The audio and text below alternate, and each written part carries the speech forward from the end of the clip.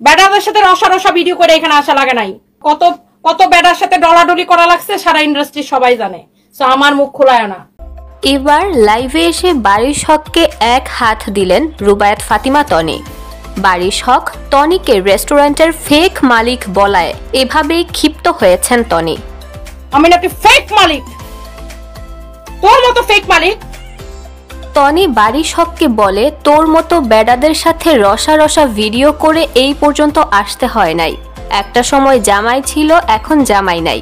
আমি one women show. রসা রসা ভিডিও করে ফেসবুকে ভাইরাল হওয়া লাগে নাই। সারা জীবন নিজের জামাই ছিল, এখন নাই। এখন আমি ওয়ান ওমেন শো। তনি আরো বলে, মডেলিং করে র্যাম্প করে কিভাবে এতদূর আসছো সেটা সবাই জানে। কোন জায়গা থেকে আসছো?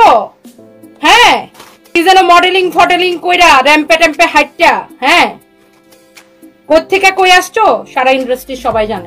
তনি আরো জানায়, বারিশ এইরকম একজন মানুষ ওদের ইন্ডাস্ট্রির একটা মানুষও দেখতে পারে না।